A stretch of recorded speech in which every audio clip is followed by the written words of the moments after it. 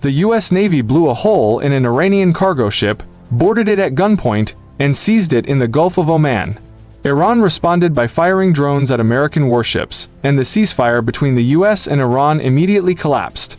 To make matters worse, peace talks that were supposed to prevent a return to full-scale war fell apart before they even started. The ship at the center of all this is called the Touska. It is nearly 900 feet long, close to the size of an aircraft carrier, and it was sailing from China toward the Iranian port of Bandar Abbas when it ran straight into the US naval blockade. Since April 13th, the US military has been enforcing a blockade on all ships entering or leaving Iranian ports, a direct counter to Iran's repeated closure of the Strait of Hormuz to vessels it does not want using the waterway. The logic of the American position is blunt. If Iran gets to decide who passes through the strait, the United States gets to decide who reaches Iranian ports. The Touska was the first real test of whether the US would actually enforce that. The guided missile destroyer USS Spruance intercepted the Touska and spent 6 hours issuing warnings. 6 hours. CENTCOM confirmed the crew was repeatedly ordered to stop and evacuate the engine room. The crew did not comply. So the Spruance fired its 5-inch Mk-45 naval gun directly into the engine room, disabled the ship's propulsion, and left it dead in the water. Then Marines from the 31st Marine Expeditionary Unit flew in by helicopter from the amphibious assault ship USS Tripoli and rappelled onto the deck. CENTCOM released the footage. You can watch the Marines descend by rope onto an Iranian cargo ship floating disabled in international waters. It is about as unambiguous as a statement of intent gets. Trump announced it on Truth Social. He wrote that the Iranian crew refused to listen, so the Navy stopped them right in their tracks by blowing a hole in the engine room, and that US Marines now had custody of the vessel. He also noted that Touska was already under US Treasury sanctions for a prior history of illegal activity, meaning this was not a random interception of some innocent freighter. The US had been tracking this ship. Iran's reaction came in layers, each one more serious than the one before it.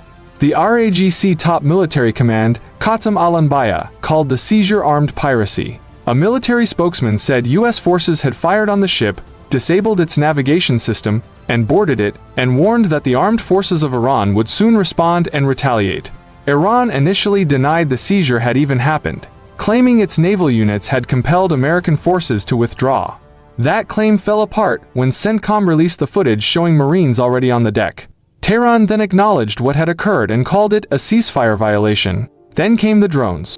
Iran's semi-official Tasnim news agency, which is linked to the RGC, reported that Iran had launched drone attacks against US military vessels in the Sea of Oman in direct retaliation. The report did not say how many drones, did not specify whether any US ships were damaged, and the US military had not confirmed or denied the strikes. But Tasnim is not a random social media account. It is an RGC-affiliated outlet, and this would be the first time since the ceasefire took effect on April 8th that Iran has conducted a kinetic attack against American naval assets. If confirmed, that is not an escalation in name only. That is Iran firing on US warships, and then the peace talks collapsed. J.D. Vance was supposed to lead the American delegation to Islamabad, alongside Steve Witkoff and Jared Kushner, for a second round of negotiations aimed at preventing a return to full-scale war. Iran pulled out. Tehran's stated reason was that the US blockade amounted to a breach of the ceasefire, that the Touska seizure was a direct violation of the agreement, and that the United States was not negotiating in good faith. Iran's chief negotiator, Parliament Speaker Mohammad Bagher Kalibaf, had already been under intense domestic pressure from Iranian hardliners who considered sitting across from American officials a form of betrayal and had accused him of staging a coup against the principles of the revolution.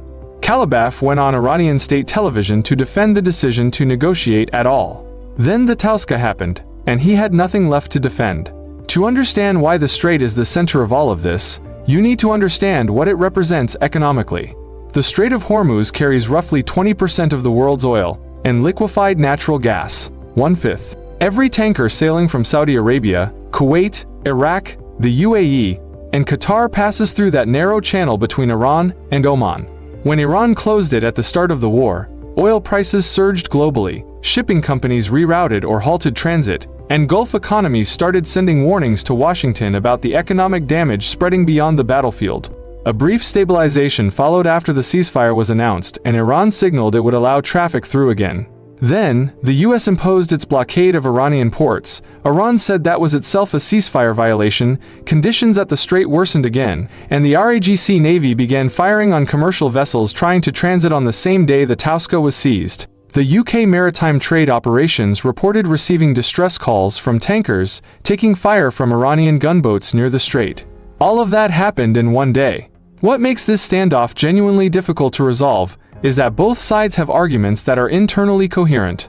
Iran's position is that the US imposed a naval blockade on Iranian ports, which is an act of economic warfare not addressed in the ceasefire agreement, and that seizing a commercial ship by blowing a hole in its hull is piracy under any reading of international maritime law.